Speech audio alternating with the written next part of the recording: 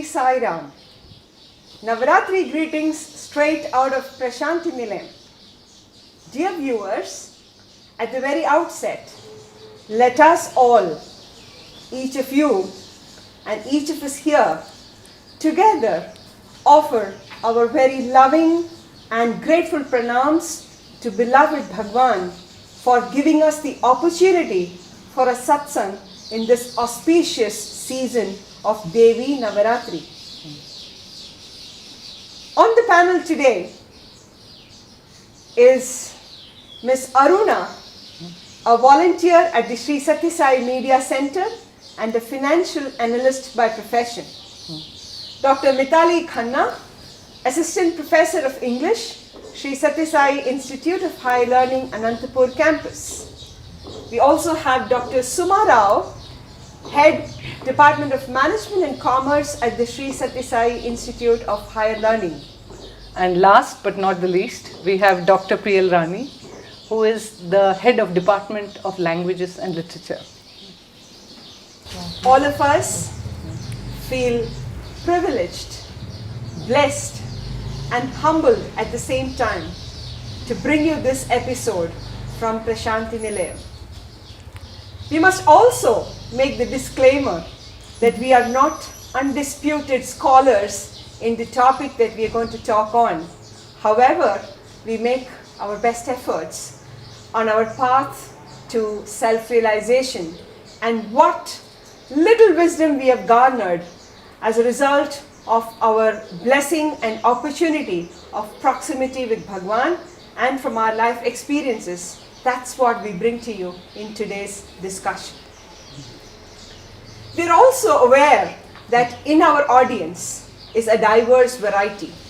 There is the Gen X, there is the Gen Y, and the Gen Z, all in one place in this audience. There must be the wise old women who have had all the rich experiences of life and lessons learnt therefrom, and wisdom that has fruitioned from there. There might also be the digital natives of the 21st century who are looking for all answers to life from Professor Google. And as an example, what better time to talk about womanhood and glory than the Devi Navaratri time? And if you were to Google what the word woman itself means, you would be surprised to see that folk etymology considered the word woman a combination of the womb and man. You will also come across interesting acronyms for woman: wise, obedient, motherly, adorable, or nice. However, we all know that the concept of womanhood is much beyond all the superfluous understandings that we can get from maybe the internet. So here we are trying to tune into our inner net to pull out some pearls of gems of wisdom and precepts that we have had from our own beloved Bhagawan. Considering that our audience is a combination of people, I think we should have a multi-pronged approach, shouldn't we? I too believe that. I think what we can try to do in this discussion is to try to look at the concept of womanhood from all perspectives: a spiritual perspective, a cultural, an intellectual, a scriptural, so that we can kind of cover all angles to it, and that way we would also do justice to the topic that we are discussing. Absolutely, absolutely. And so this is the time of the year when the whole nation is actually celebrating the feminine principle. When we are doing the Devi Navaratri, we are actually worshipping the feminine principle, isn't it? And a lot of households, I'm sure, are going through this ritual of reading the Devi Mahatmyam or the Durga Saptashati, etc. So maybe it makes sense to begin from there, yes, to start our conversation from there. So maybe we should look at the scriptural perspective of womanhood from maybe our reading of Devi Bhagavatam, or yes. And maybe we can relate all our different angles to this particular, using this as the anchor. True. In fact, for each day of the Navaratri, I think one form of the goddess is worshipped. While we know that the supreme Parashakti is the feminine principle, we also attribute different forms to her and worship her on a particular day of Navaratri. So that I somewhere feel that there must be something that is symbolic about the different forms that we worship. Is there some input that we can have on that? Actually the story goes this way. The three Mahashaktis which were created by Devi Bhagavati, they further got manifested as three Shaktis.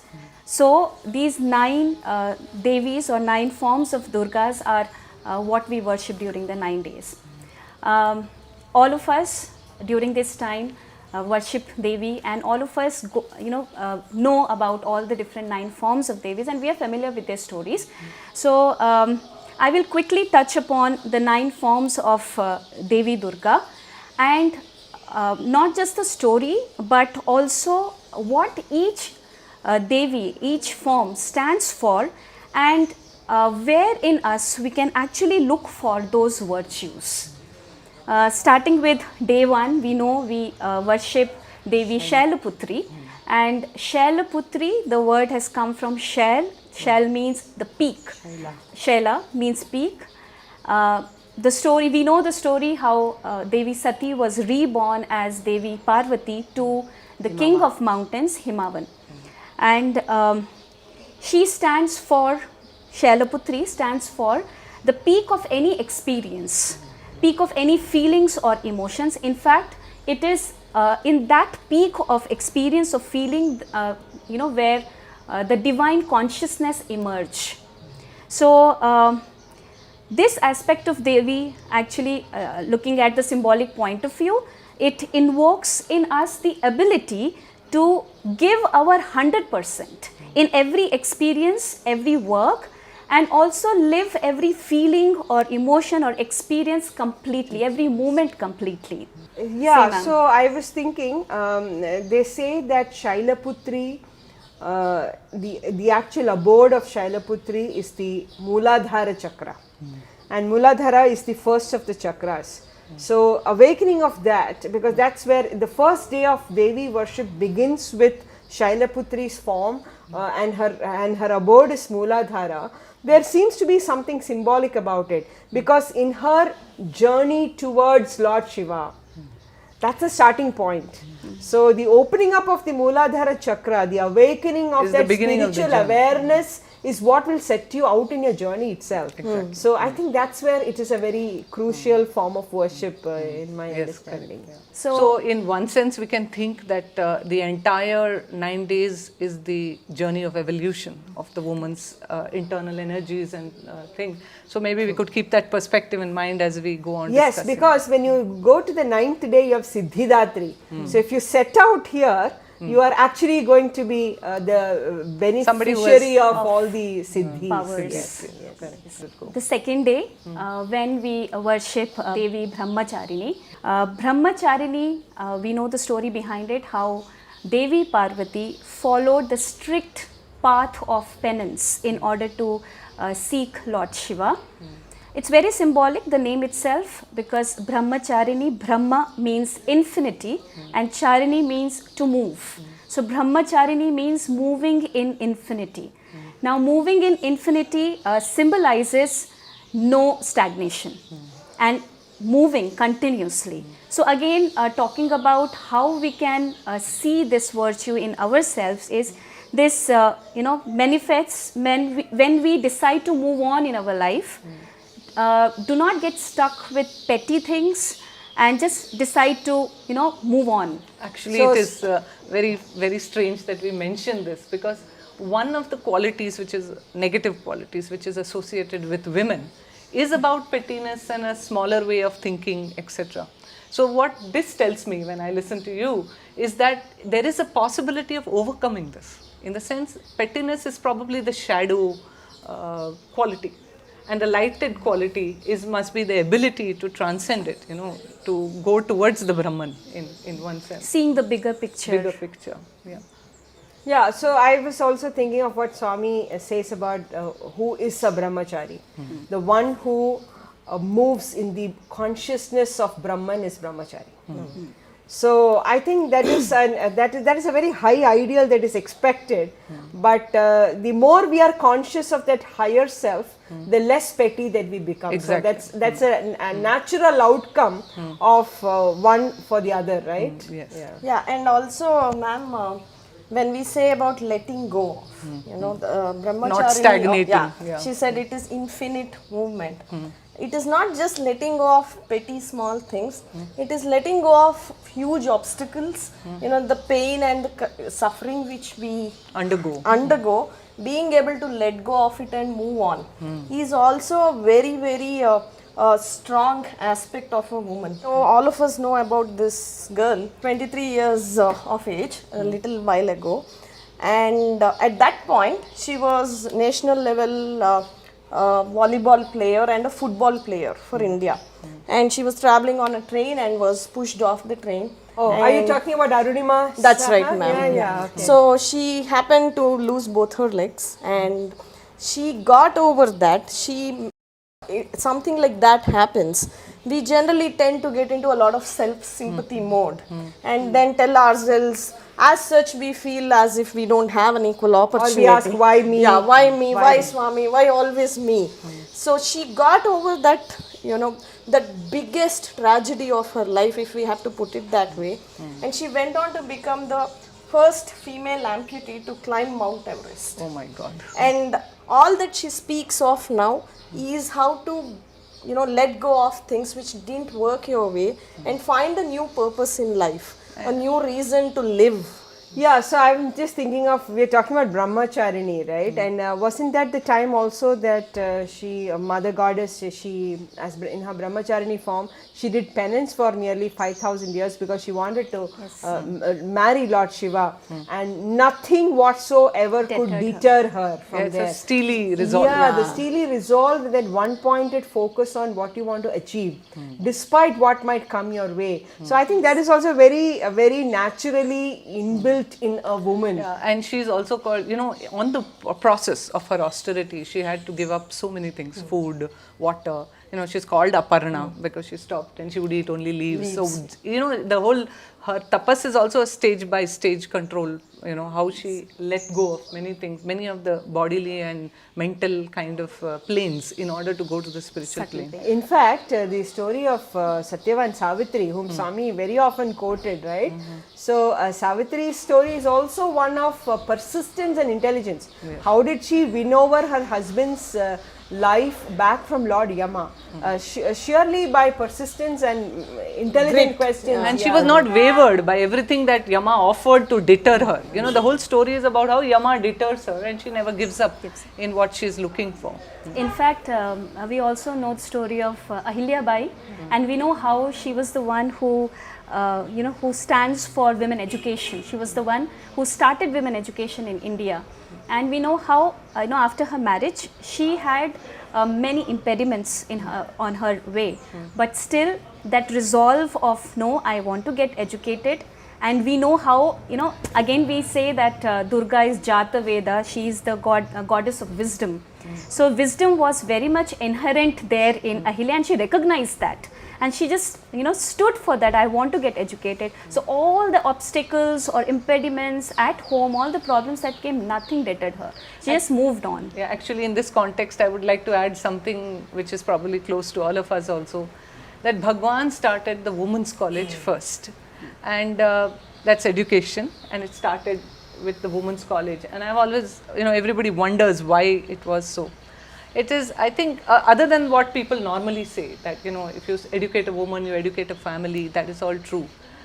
But what is most important is if you have women whose character is built, that means they are, all of us get introduced to this path towards God. To a great extent, the college plays an important part, or Sathya institutions play an important part in creating that thirst, or whatever you call as at least the beginning of the journey. So I think there also the Brahmacharini, if it is maybe a long shot, but still I feel that is the beginning for every one of us. Yes. In fact, even the quality of chastity is something that we can attribute to Mother Brahmacharini, and that's what Swami emphasizes in his Dharma Vahini. Yeah, actually, I can go back to Savitri's story when you're talking about chastity. Even at the mental level, I'm sure we are aware of the story. So she was too good to be sought by a boy. So Ashupati, her father, tells her to go in search of the most suitable boy for her. And she travels the entire length and breadth of the kingdom and doesn't find one. And while she's returning, when she's crossing a forest is when she sees this young boy who's taking care of his blind parents. So she set her mind on him, and then she set her eyes on him first and her mind on him. She comes back and reports to King Ashupati, her father, in the presence of Narada, that this is the person she has found for herself. And Narada, being Narada, wanted to actually reveal the truth about the boy. The boy was Satyavan and was the son of the exiled king. Yeah, exiled king and queen from the nearby kingdom. And it was also true that he was going to have a lifespan of only 1 more year from then on. So everybody tried to dissuade Savitri from getting betrothed to Satyavan, but then she stood her ground, and one of the primary reasons I would think was chastity of thought. The fact that she set her eyes on somebody and mentally accepted him to be her future consort. She wouldn't waver from that. Yes, despite knowing that he is probably going to be alive only for 1 more year. So that kind of it also speaks of a lot of self-confidence. She was pretty much confident that she can handle the pain or whatever would come with it. At that point of time, is unknown. Talking about pain, very interesting. We all know that Sri Aurobindo wrote this text Savitri, right? The legend and the symbol. In fact, when Sri Aurobindo was asked why did he choose of all the heroines Savitri to write about? Yeah, he could have written about anybody. Yes, he says for all the intense tragedy she went through, she's one heroine who never shed a tear. And that is something that impressed Sri Aurobindo, and this is true. I think that fortitude, that endurance, the ability to withstand, the ability to welcome a tragedy and go through it with steely resolve, these are some things that are inherent in womanhood, I would think. Yeah, we're naturally resilient. Yeah. So on day 3, we worship Mother Chandraghanta. Mother's forehead is bedecked with a crescent moon and a bell. Now it's very significant. Chandra stands for waning and waxing of mood and also shades of emotions, and Ghanta stands for sound, one sound, nad. And Chandraghanta talks about harmonizing all the thoughts, various shades of emotions into one nad, one sound.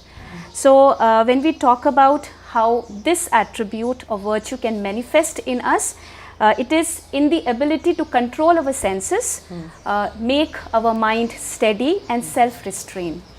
Yeah, I was also thinking when you said shades of moods of the mind, isn't that what also Swami says when he says the words three itself is made up of the three gunas, Sathya, right? Yes, We were talking and about. yes, actually, when Swami says that if you want to define a woman, it consists of Sattva-guna, Tamo-guna and Rajo-guna.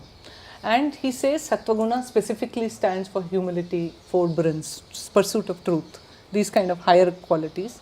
And Tamo-guna stands for shyness, modesty.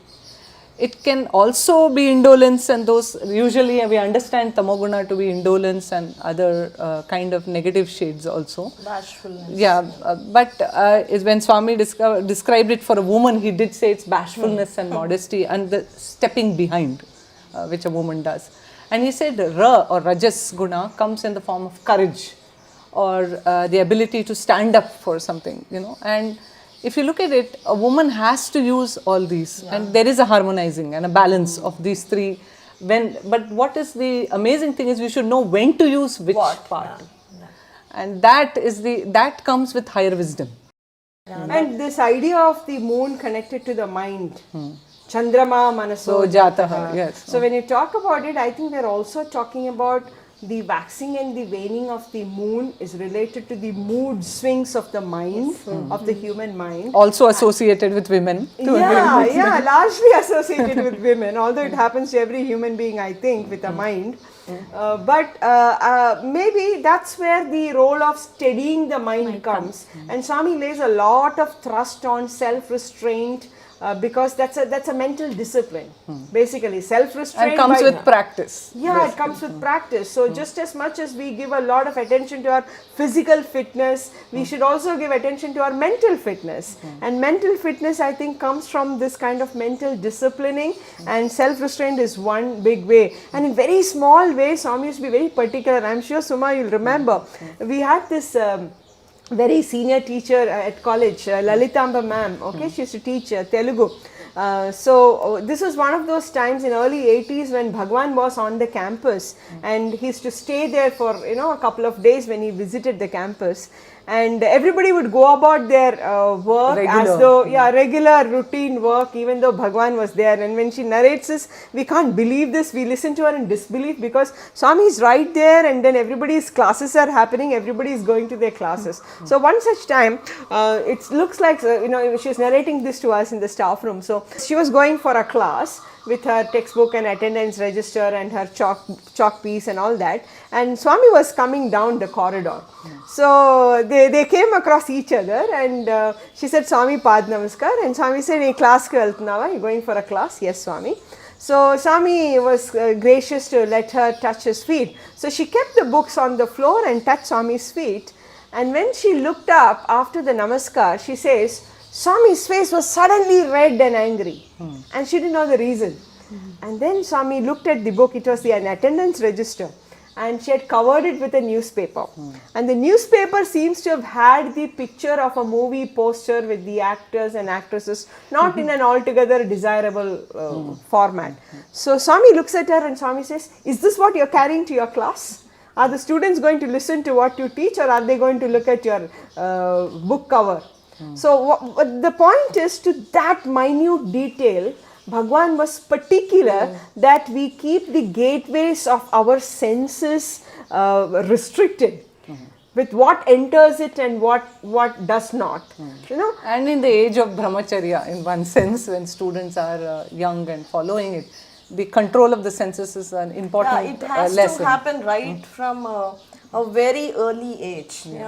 Generally, ma'am, I hear a lot of stuff saying, oh, self-restraint is equal to suppression.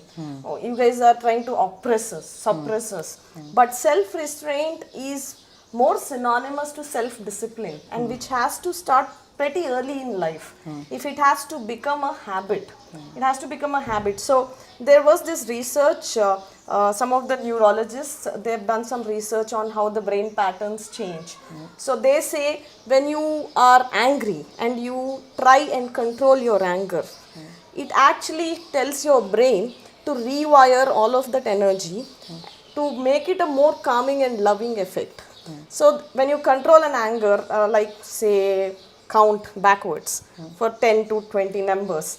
Swami would say drink a glass of water. Any which ways. So the brain quickly rewires in those 1-2 minutes, and you become very calming and loving to the same person or to the same event. And there's an interesting little experiment they've done on kids. So they've got this bunch of kids and told them each of them would get a bowl of marshmallows. And if they want to eat it right away, they can eat the bowl. If they can stay for a while and wait, they'll give them an extra bowl or an extra marshmallow. So, and then they left the room and they were watching the kids. And then they realized some of the kids were restless. So they went and picked their bowl and had their marshmallows done. Instant gratification. But some of the kids were trying to divert themselves just because they know, okay, if I wait and I'm going to get not just more marshmallows, I will be rewarded and I will be looked upon like somebody who could stick to their stand. And there were half of those kids who really didn't touch a single marshmallow. After 40 minutes or 30 minutes when they stepped back in, then they say as they started to observe these kids when they grew up, they went on to become super successful in their lives. Because right from when they were a kid, they could control their impulse. They could keep it in track. When I say control, don't kill your desires. Keep it on track. Maintain a nice track for yourself. And all these kids, they could see that they were more patient and less impulsive when they grew up to become very good, successful professionals. Yeah, so there's a lot that one achieves if the mind is tamed. In fact, I think it is so meaningful and so relevant when we look at Swami's hostel's routine, the strict routine that the students go through in the hostel. I'm sure that directs their mind to discipline, conscious practice of And it's discipline, absorbed and that is absorbed. Yeah. In fact, Swami says, keep saying, I am man, I am not an animal. Because animal behavior is impulsive. When you say I am man, that means I am master of that impulse. So probably even if you look at the cycle of evolution, from minerals we evolved into plants, and then we evolved into animals, we evolved into man, and then we have the propensity to become the divine. So what they say is, when you are at the evolutionary stage of being a human being, you have some of the dregs and remnants of your previous cycle, which is the animal qualities. And you also have the propensity and the abilities to evolve into the next level, which is the godly level. So a man will have some part of the bestial nature and some part of the propensities for divine nature. So what we consciously lay stress on, what we consciously choose to nurture in us, is what we will become. So there is a huge possibility that man actually declines to the level of an animal or evolves into the level of the divine. So the right thrust that we give to both these things that are present in the human beings, I think that's where the mind and the importance that we have to lay to the discipline of mind comes. So I think one more thing which I would like to add here is, like, we are looking now about, say, restraining your senses or something. I think there is even finer quality, like what would you call, tendencies of the mind, which Bhagawan can sometimes has helped us to control. In fact, ma'am, and I was just thinking about that experience. In 2005, Swami had called us for interview, the whole campus, and Swami, not angry, but that the strict mother, he was instructing us, see, all of you are girls, and you have to be very careful how you behave, how you dress up, and how do you look. And then Swami said, see, when you walk from dormitory to mandir, all of you look here, there, up, down. Don't do that. Look down and walk, because you do not know, your eyes are the gateway to evil. You do not know what evil you are welcoming through your eyes. And even, you have to be very careful where you smile, where you do not smile, how much you open your mouth to even smile. So that much of constraint. Says for a woman, as that maybe the tamas quality, that modesty, even in smiling, is very important. So he was like, as a strict mother, really used to direct and instruct as, his own daughters. There's a very similar thing, actually, the same thing. During summer course, we used to have in 90s, early 2000, when we used to have the summer course, one of those times when Bhagawan was distributing the badge, the book and the pen, he would give it so lovingly with his own hands, right? So while Swami was giving, and in the next day or the day after, the summer course was going to begin, and then Swami gave us the same instruction, because we had to go from the hostel where the girls stayed to the dining hall, which is a little way away. So Swami used the term kaki drishti. He said, when you walk in the line, don't look here, there, everywhere. That is kaki drishti. Crows do that. In fact, I remember it was also a bit of my improvement on my GK, because I started observing crows after that, however insignificant that was. I really noticed that they keep looking here and there, and Swami said, walk like my children. Look down and walk, he said. So, and connected to what? Because the senses are the gateways to good and evil. Yes. The lesser you see, the lesser your mind is crowded with or cluttered with what is not required. Yeah. I think the where I was trying to take it is that even mental aberrations, like this happened in one of my interviews. And Swami sat, as soon as we entered, he made me sit in front of him, and he started telling me, okay, who did what to you? So and so has done, he mentioned names of people, and then he started saying, so and so troubled you like this, so and so did this to you, so and so, isn't it? Tell me about it. It first took me to a shock, but it was a test. I didn't realize it at that point of time, and I just, said, Swami, you are God and you know everything. There is nothing I have to tell you. It just came out of my mouth, and that was one of the few times I said the right thing, probably.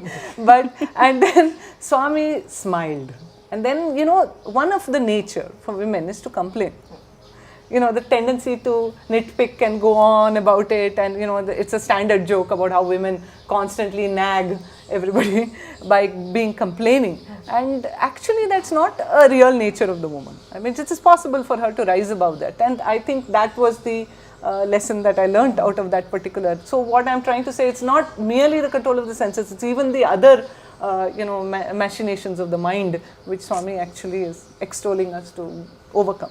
Especially with women, it is very important because the way she has to bring that harmony, serenity, calmness in her own house.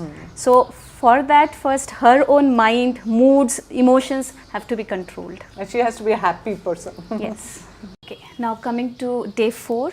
On the day 4, we worship Kushmanda Mata, and it is said that when the universe was non-existent and there was darkness all around, then Kushmanda, She smiled. she smiled, and with her radiating smile, she created the little cosmic egg. Yeah, Ku is standing for little. Ushma is the warmth that is required for birth to happen. And Anda is of course the egg, right? So I think it's very beautiful that with a smile of the goddess, entire darkness vanished and the entire cosmos appeared. Look at the power there is in a smile. Yes. In fact, it is very significant that in Sanskrit, pumpkin is called as Kushmanda. So pumpkin, if we see, has a unique property of absorbing and radiating prana, and it is the most pranic vegetables on this planet. So Divine Mother manifests herself as prana, and that's what we worship when we worship Kushmanda. Now coming to how it manifests in us, it is in the ability to expand our consciousness, definitely to create as women, but expand our consciousness and embrace others, embrace everybody with some empathy. Okay, so coming to the expanded intellect, ma'am, we all know Eleanor Roosevelt. She had much more than what just being a first lady of the US. She was the longest serving first lady for 4 terms, which is 16 years, starting from 1900s. It's a known fact she was very intelligent. She was the one who came up with inclusiveness of women in an era where no married woman had a career. So she didn't want to sit back just as a first lady. She started to hold press conferences. She would address the National Convention Party gatherings. And she also said, look, I am not going to fight for equal pay. I'm going to earn my equal pay. So within the first term, she started to earn as much as Franklin Roosevelt was earning, just by giving lectures, writing books. And she just didn't stop there. She wanted the entire US culture regarding inclusiveness of women to change. So she would tell the newspapers or the press teams who would come to meet her that they should definitely get a female journalist. And she would directly, indirectly influence the whole cultural setup in the US in 1900s. Just not just by her intellect, she also used her offices for a good purpose, for a larger, expanded view of having to include women and help them come up the thing. And the best part about Eleanor is whatever she earned, she would give all of that away in charity. So that made her the most admired woman almost for 12 to 13 times in a row. She was listed as the most admired woman. Big-heartedness is a given when it comes to a woman. You expect actually, it comes naturally to us. You are talking about a president's wife or the first lady. I heard of a story that is in interior of Andhra Pradesh. So there was this very old poor lady who lived in a village, and she had what we would call the motherly instinct very high in her. So when she happened to tend to somebody who was dying, the last few breaths are there and a few days, and then she understood how important care is at that point of time, and then she made it her practice. She would search for people who are destitute, beggars and all, on the road or anywhere in their dying moments, and then bring them home and actually tend to them. And over a period of time, the municipality also got to know, and then they started giving her cues, see somebody is dying here or somebody. And over a time, more than 100 people she did this. And it's not an easy thing to tend somebody in their last moments. Mother Teresa of South India. Yeah, really, literally. And what? Without education, I think. So it's the natural quality of the heart itself which is coming out and manifesting in that. So definitely I would agree that there is that empathy quality in In women. fact, I think this giving is fulfilling. There is a psychological state called helper's high. So what happens in the helper's high is the brain produces endomorphins, which makes us automatically or naturally happy. So in these kind of situations where we are serving others, giving something, our part to others, empathizing, sympathizing, that very naturally, produces these endomorphins in the brain, and actually it is fulfilling. It's helping our own self. So it's not like we are sacrificing. No, it is we are actually. Our own joy is the reward for fulfilling. what we Yes. do for others. Yes. But we are talking about an American lady or somebody we don't know. We can't really afford to forget our own mother Ishwarama, right? Exactly. So in the 1970s, Bhagawan was sitting in P.K. Sawant's house and they were having this question answer session. So Swami was letting everybody ask a question, and there was somebody who asked Swami a question. So, did you choose your mother? He said, yes, I did. And when I read that, I was asking myself this question. When God had a choice, why did he choose someone illiterate, somebody poor, somebody from the remotest corner of the country? Would there have been a reason? And then as I kept mulling over it, I realized despite having somebody illiterate and from a remote region, she was probably a pious woman that he chose. But it doesn't end there. Now when I'm listening to this conversation, I also feel it is because of her ability for an expanded vision to embrace. Because if any of us is here, it is because of simple desires that she expressed to her divine son. She asked for the hospital or the dispensary, which became the massive hospital we have.